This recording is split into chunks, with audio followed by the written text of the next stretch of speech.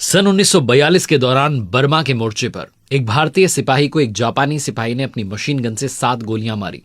गोलियां भारतीय जवान की आंतों, जिगर और गुर्दों में उतर गई। जवान गिर पड़ा, उसे मृत समझ लिया गया। उसकी सांसें लेकिन उसका साथ छोड़ने के लिए तैयार नहीं थी।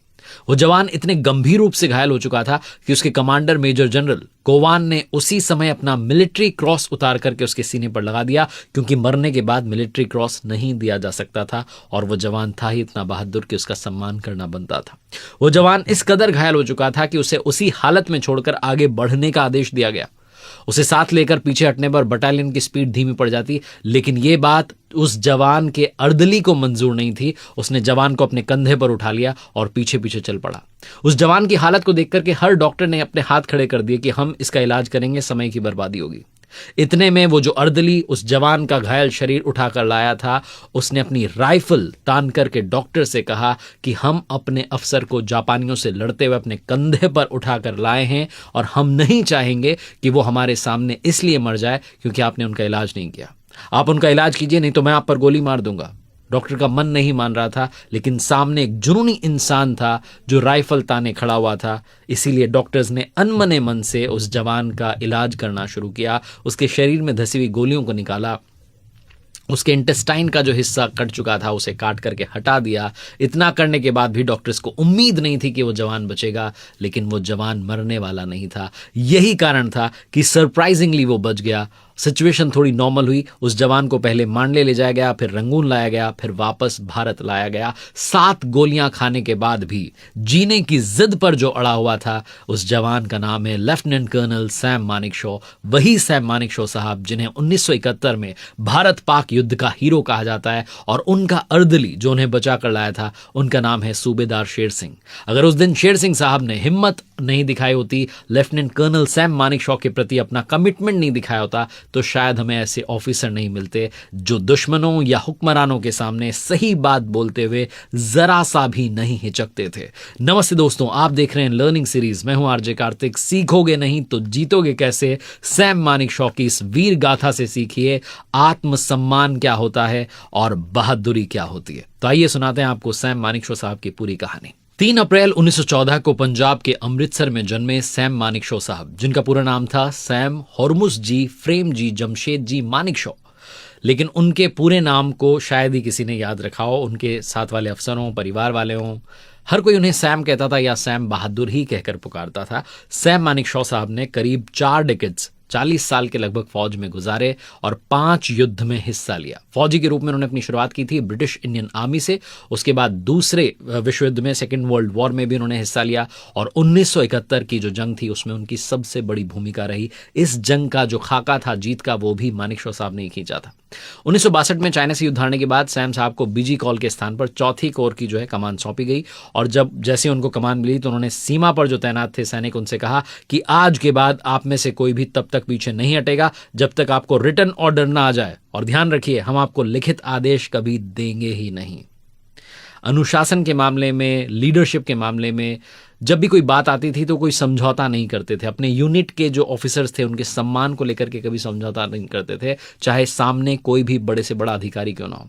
एक बार आर्मी हेडक्वार्टर में एक मीटिंग हो रही थी और रक्षा सचिव जो थे वहां मौजूद थे। उन्होंने वहां पर बैठे कर्नल से कहा, you there, open the window. वो कर्नल जाकर के उस विंडो को ओपन करने लगा। तभी सैम साहब कमरे में और कहने लगे सचिव महोदय की तरफ कि आइंदा आप मेरे किसी अधिकारी से इस टोन में बात नहीं करेंगे। ये जो ऑफिसर हैं, कर्नल हैं, यू देयर नहीं है। उस जमाने के बहुत बड़े सचिव थे, आईसीएस ऑफिसर थे, उनको भी क्षमा मांगनी पड़ी। अपनी बात को लेकर के सैम मानेकशॉ कभी पीछे नहीं हटते थे, चाहे कोई भी सामने हो। 1971 की बात करते हैं, युद्ध की। इंदिरा गांधी चाहती थी कि मार्च में ही पाकिस्तान पर हमला हो जाए, लेकिन सैम मानेकशॉ साहब ने मना कर दिया। उन्हें मालूम था कि भारतीय सेना भी अटैक के लिए तैयार नहीं है। इंदिरा जी इस बात से बहुत नाराज हुई। मानेकशॉ ने पूछा कि आप वॉर जीतना चाहती हैं कि नहीं जीतना चाहती हैं। इंदिरा जी ने कहा हाँ, हम जीतना चाहते हैं। मानेकशॉ साहब ने कहा आप सिर्फ मुझे 6 महीने का समय दीजिए, मैं आपको गारंटी देता हूं कि जीत हमारी होगी। सैम मानेकशॉ साहब के लिए सबसे बड़े गर्व की बात यह तो थी कि हमने पाकिस्तान पर जीत हासिल की, लेकिन सबसे बड़ा क्षण यह भी था तब युद्धबंदी बनाए गए पाकिस्तानी सैनिकों ने एक्सेप्ट किया कि उनके साथ भारत में बहुत अच्छा बिहेव किया गया।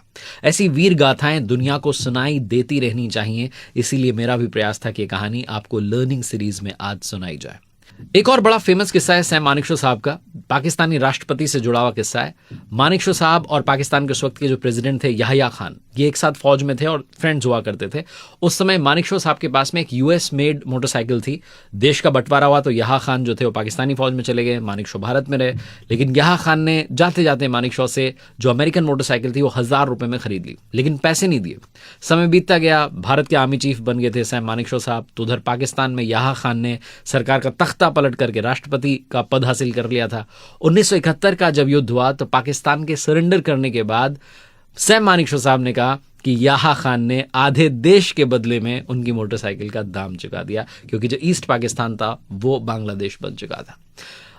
फील्ड मार्शल सैम मानेकशॉ साहब एक बार इंटरव्यू में बता रहे थे कि इंदिरा गांधी जी जो ईस्ट पाकिस्तान था उसके हालात को लेकर काफ़ी परेशान रहती थी और सबसे बड़ी समस्या रेफ्यूजीज़ की थी। तो 27 अप्रैल को एक मीटिंग बुलाई गई अपनी परेशानी बताने के लिए। इस मीटिंग में मानेकशॉ भी बैठे हुए थे और इंदिरा जी ने कहा कि पूर्वी पाकिस्तान में इंडियन आर्मी को दखल देना चाहिए, तो मानेकशॉ साहब ने इसका विरोध कर दिया। जैसा मैंने बताया कि उन्होंने कहा कि आर्मी तैयार नहीं है, थोड़ा समय दीजिए, फिर हम जो है वापसी करेंगे। वो इंदिरा जी को भी सामने से मना करने की ताकत रखते थे। 1971 के लिए ही जब उनसे पूछा गया जंग के लिए, एक बार फिर से इंदिरा जी ने कहा कि क्या आप तैयार हैं, तो सैम मानेकशॉ साहब ने कहा मैं हमेशा तैयार हूं। इंदिरा जी जानती थीं कि वो सैम मानेकशॉ साहब जैसे लीडर के दम पर ही ईस्ट पाकिस्तान में जंग जीत सकती हैं, इसीलिए उनके नखरे सहती रहती थीं। बहुत सारी कहानियां हैं सैम मानेकशॉ साहब की, लेकिन इस गाथा से जो मैंने आपको सुनाई, सीखने को दो ही बातें मिलती है कि अपने आत्मसम्मान को, सेल्फ रिस्पेक्ट को सबसे आगे रखिए और बहादुरी के मामले में इतना कमाल कीजिए कि दुनिया आपका नाम ही सैम बहादुर रख दे। देखते रहिए मेरे साथ हर सोमवार सुबह 9:30 बजे एक नई कहानी और हर शुक्रवार सुबह 9:30 बजे लर्निंग सीरीज का नया वीडियो। कर दिखाओ कुछ ऐसा कि दुनिया करना चाहे आपके जैसा।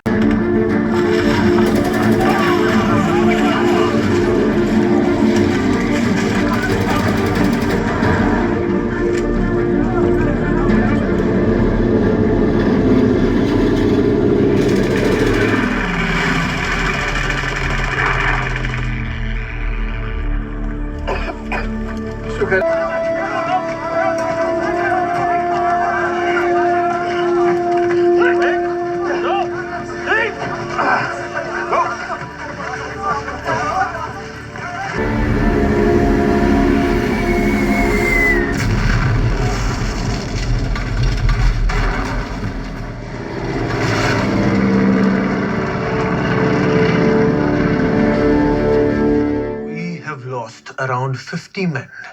Vehicles.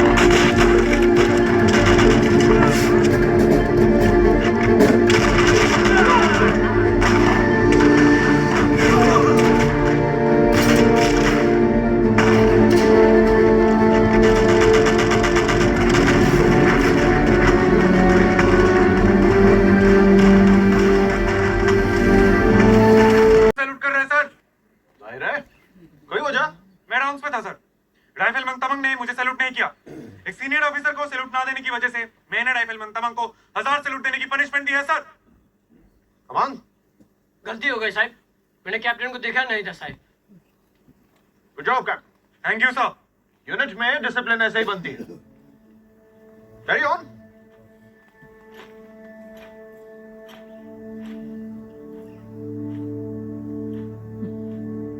आर्मी का एक रूल है, सैल्यूट का जवाब सैल्यूट से देना, और तुम कैप्टन राइफलमैन तमांग के हर सैल्यूट का जवाब दोगे।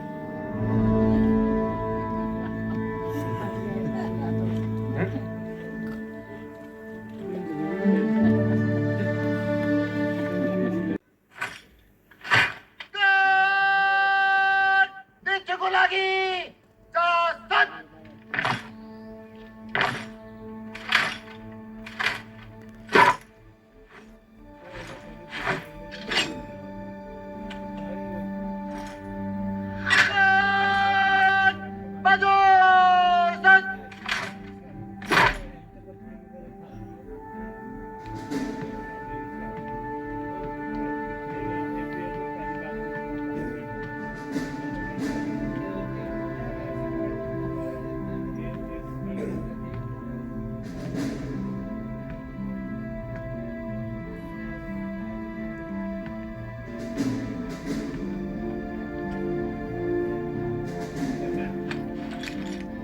नाम क्या हो? प्रिंसिपल मैं नरका करूंगा साहब। हरका करूं? मेरा नाम क्या? सैम सैम बहादुर साहब।